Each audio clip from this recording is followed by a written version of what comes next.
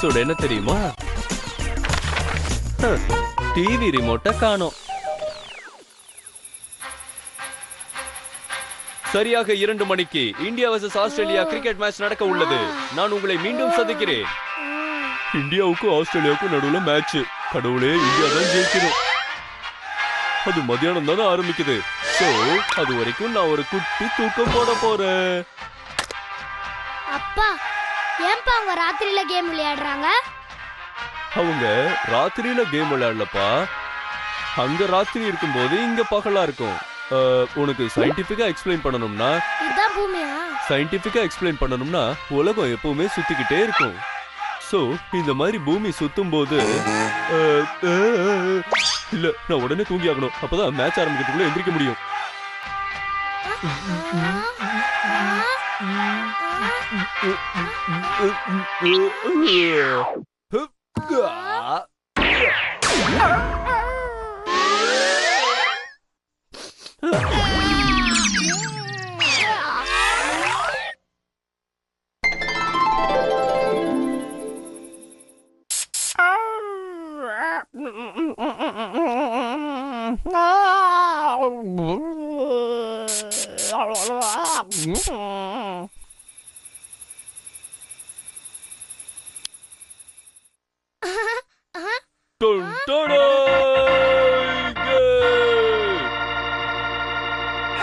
India வாழ்க! India வாழ்க! India வாழ்க! இந்தியா வாழ்க! இந்தியா வாழ்க! கவலைப்படாத, நாம தான் ஜெயிப்போம். அவங்கள தோக்கடிப்போம். தாய் மண்ணே வணக்கம், தாய் மண்ணே வணக்கம், தாய் மண்ணே வணக்கம், தாய் மண்ணே வணக்கம், தாய் மண்ணே வணக்கம். என்ன சத்தம் இது? ஏன் இப்படி கத்திட்டு இருக்கீங்க? நடுராத்திரி 1 மணிக்கு இந்த மாதிரி கத்திட்டு இருப்பாங்க. சரி, நாம இப்போ டிவியை போடலாமா?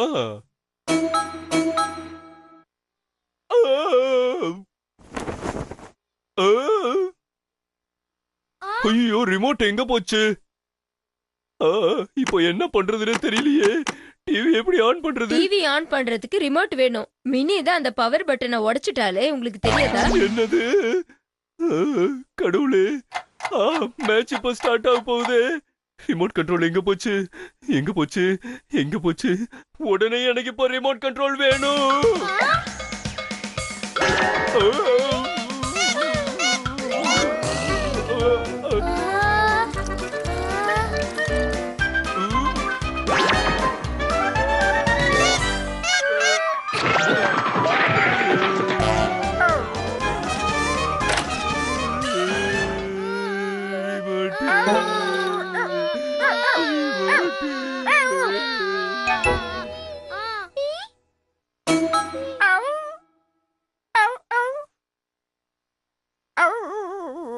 மேட்ச் ஆரம்பிச்சிருமே, உடனே ரிமோட் கண்ட்ரோலை கண்டுபிடிக்கணுமே.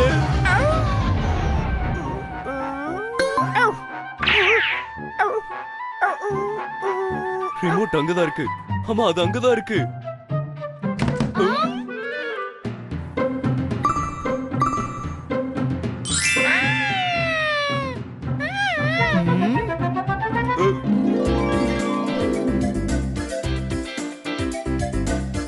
என்ன இது? அப்பாவோட ஷூல இருந்து இப்படி ஸ்மெல் வருது. கோடை காலத்துல ரொம்ப எக்ஸசைஸ் பண்ணினாலோ இல்ல ரொம்ப வேர்த்து கொட்டினாலோ இயல்பாவே உங்க கால் ரொம்ப ஸ்மெல் அடிக்க ஆரம்பிச்சிடும். ஏன்னா உங்க ஷூக்கு சுவாசிக்கிறதுக்கு ஓட்டையே கிடையாது. முக்கியமா ஒரே ஷூவை தினமும் போடுறதுனால ரொம்ப ஸ்மெல் வரும். அது மட்டும் இல்ல, சாக்ஸ் போடாம இருந்தாலோ இல்ல காலை தினமும் கழுவாம இருந்தாலோ இந்த மாதிரி ஸ்மெல் வரும். இந்த மாதிரி வேர்வை சேர்ற இடத்துலதான் பாக்டீரியா வரும். இதனாலதான் உங்க காலு மோசமா ஸ்மெல் அடிக்குது. இது ருசியா இருக்கு. அதனால நீங்க உங்க காலை பாதுகாக்கணும்னா காட்டன் சாக்ஸையே போடுங்க. ஏன்னா வேர்வையை உறிஞ்சிற சக்தி காட்டன் சாக்ஸுக்கு தான் இருக்கு. அது மட்டும் இல்ல, ஒரே ஷூவை தினமும் போடாதீங்க. அப்புறம் உங்க காலை தினமும் கிளீன் பண்ணணும், துடைக்கணும். இன்னொரு முக்கியமான விஷயம், உங்க காலை பச்சை தேயிலை கலந்த தண்ணியில கொஞ்சம் நேரம் வச்சுக்கோங்க. இல்லனா ஒரு டிராப் வினிகரை போட்டு அதுல கொஞ்சம் நேரம் வச்சுக்கோங்க. அதுக்கப்புறம் உங்க கால்ல பவுடரை போடுங்க. இதனால கெட்ட ஸ்மெல் அடியோட போயிடும். அதுக்கப்புறம் உங்க கால் ரொம்ப அழகா இருக்கும், என்ன மாதிரியே. இத்துடன் நமது மேட்ச் நிறைவடைந்தது. இவ்வளவு நேரம் மேட்சை பார்த்து ரசித்ததுக்கு ரொம்ப நன்றி. முடிஞ்சு போச்சு. அதனால என்ன, இந்தியா வின் பண்ணாங்களா தோத்துட்டாங்களா? அது ஜெயிச்சா என்ன தோத்தா என்ன, அதான் ப்ரோக்ராமே முடிஞ்சு போச்சே. நம்ம தோத்தா கூட நைட்டு தூங்கும்போது குட் நைட் தான் சொல்லுவாரு. எனக்கு ரொம்ப ஆர்வமா இருக்கு, தெரிஞ்சே ஆகணும். சரி, உங்களுக்கு அவ்வளவு முக்கியமா தெரியணும்னா டெண்டுல்கருக்கு போன் பண்ணி கேளுங்க. ஹலோ, சச்சின் டெண்டுல்கரா? அறிவோம் ஆயிரம் இடைவேளைக்கு பிறகு.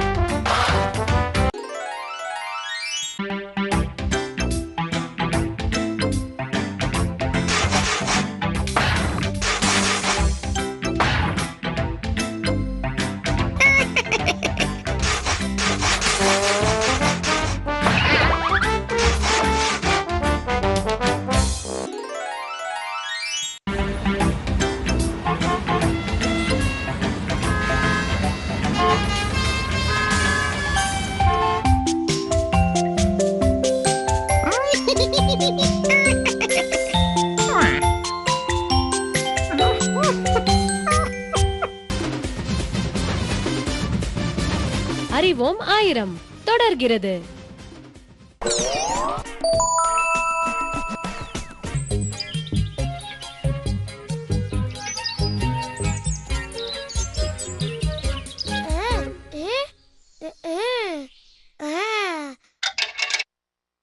எனக்கு என்ன வரப்போதோ? சீக்கிரம் வா, சீக்கிரம் வா. என்னாச்சு? இது உடைஞ்சு போயிடுச்சா? அச்சச்சோ, என்னோட பணம் உள்ள மாட்டிக்கிச்சே. ஹேய், என்னோட பணத்தை மரியாதையா திருப்பி கொடு. என்னாச்சு?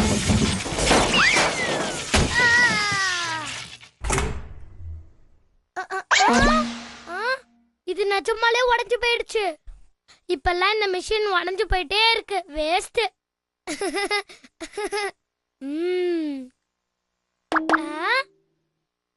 எப்படியும் காசு உள்ள மாட்டிக்கிச்சு. அதனால ஒன்னோ ரெண்டோ எடுத்துக்கலாம், ஒன்னும் தப்பில்ல. அச்சோ, சரளாவும் ஜிம்மியும் வராங்களே, இப்ப என்ன பண்றது? மிஷினை நான் தான் உடைச்சிட்டேன்னு நினைச்சுப்பாங்களே. கடவுளே, நான் என்ன பண்றது?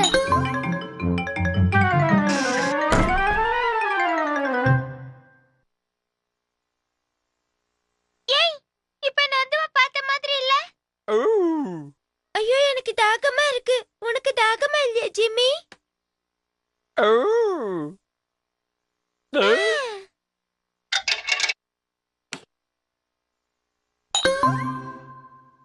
இங்க என்ன நடக்குது? எனக்கு ஒண்ணுமே புரியல.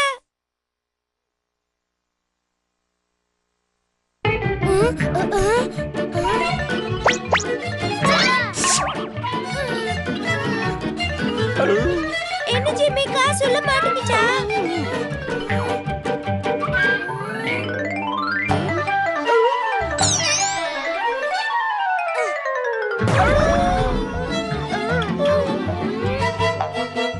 அந்த சத்தம் உனக்கு கேட்டுதா?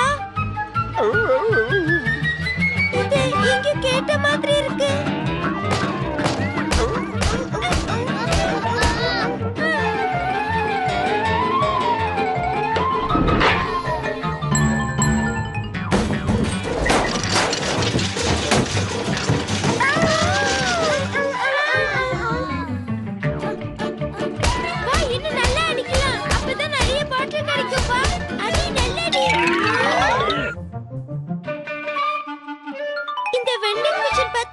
எனக்கு என்னமோ வித்தியாசமா இருக்கிற மாதிரி இருக்கு.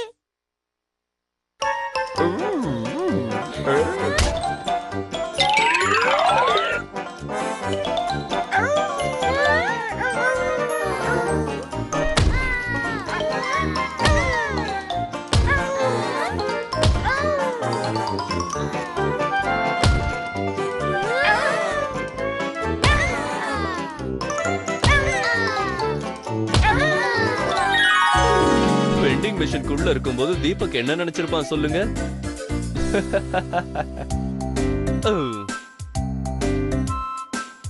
முதல்ல வெண்டிங் மிஷினை கிமு 215ல ஈஜிப்ட்ல செஞ்சாங்க.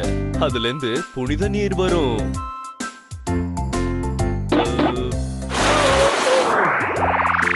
அதுக்கப்புறம் மாடர்ன் வெண்டிங் மிஷினை 1940ல அமெரிக்காவுல தயாரிச்சாங்க.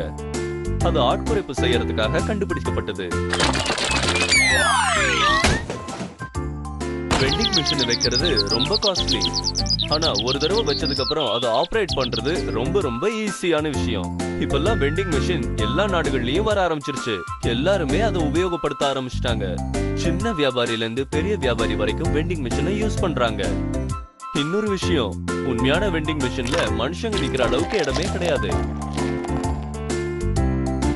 தீபக் மாதிரி வெண்டிங் மிஷின்குள்ள நுழைஞ்சு பாக்குறதுக்கு முயற்சி பண்ணவே பண்ணாதீங்க. ஏன்னா அது ரொம்ப ஆபத்தானது.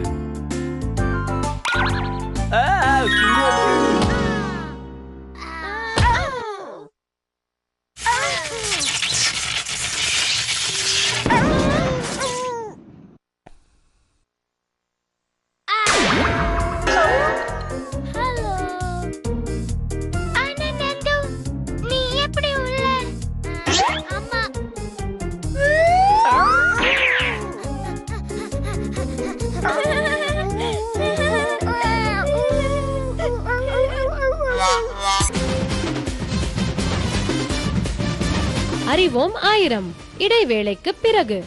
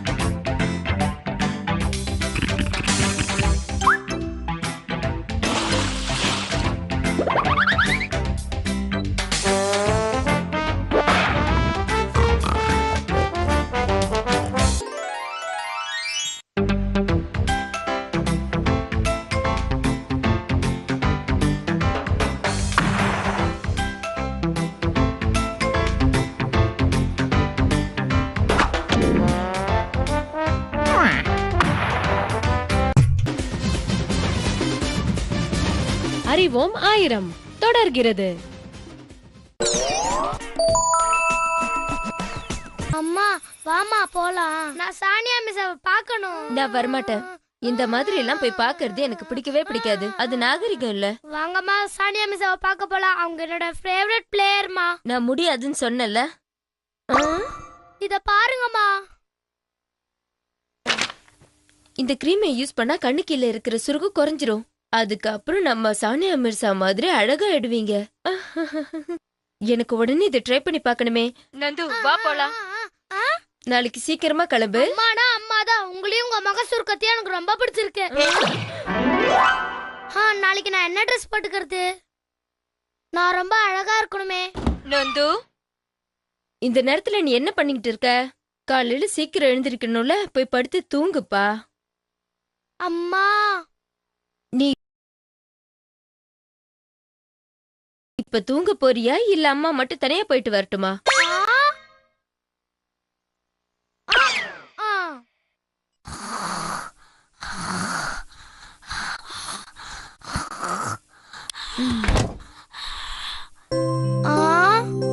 சானியா மிஸ்ஸா, என்னோட ஃபேவரட் பிளேயர்.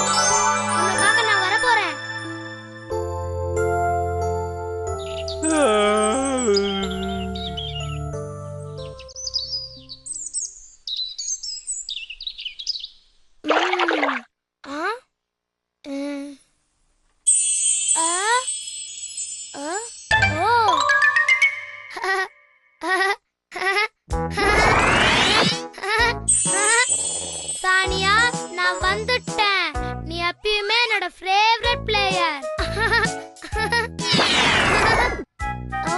ஒரு மாதிரியா இருக்கு.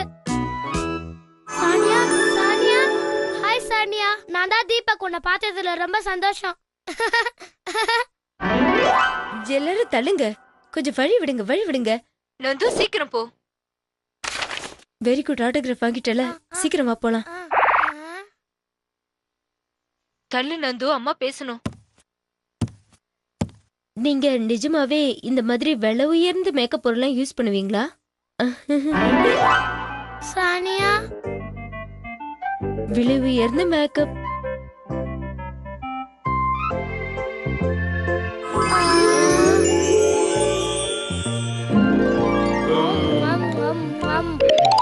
சானியா,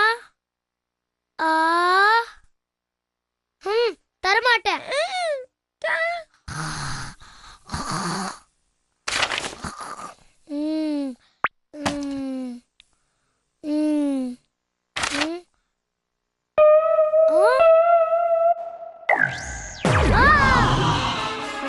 அச்சச்சோ, சானியா.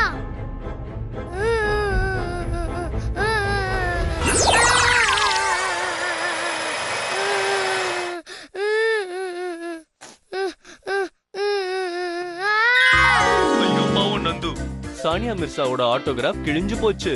பாவம். என் புக்ஸுக்கு கூட இப்படி ஒரு நிலைமை வந்துச்சு. என் புக்க நான் காய வைக்க முயற்சி பண்ணினேன், ஆனா பேஜ் எல்லாம் சுருங்கி போச்சு.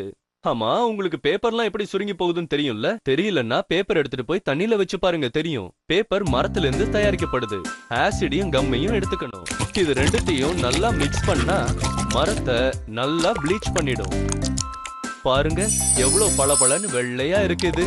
அப்புறம் இந்த கெமிக்கலை ஊத்தி நல்லா கலக்கி பிளாட்டா பேப்பர் மாதிரி பிரஸ் பண்ணுவாங்க. இந்த பேப்பர் மேல தண்ணி பட்டுச்சுன்னா கம் எல்லாம் தானா வெளியில போயிடும்.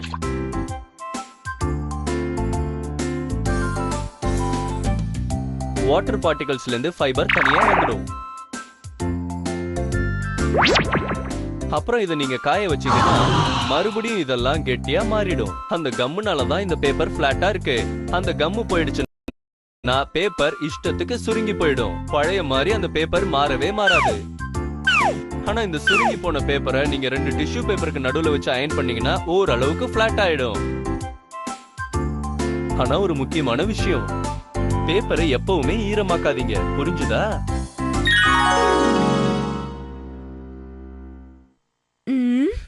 ஹலோ, காஸ்மெட்டிக்ஸ் தானே? என் முகம் சானியா மிர்சா மாதிரி ஆகலையே. என்னது, என் முகம் நார்மலாவே இல்ல. நீங்க போய் சொல்லிட்டீங்க, எங்க எல்லாரும் நல்லா ஏமாத்திட்டீங்க. நான் உங்க மேல கம்ப்ளைண்ட் கொடுக்க போறேன்.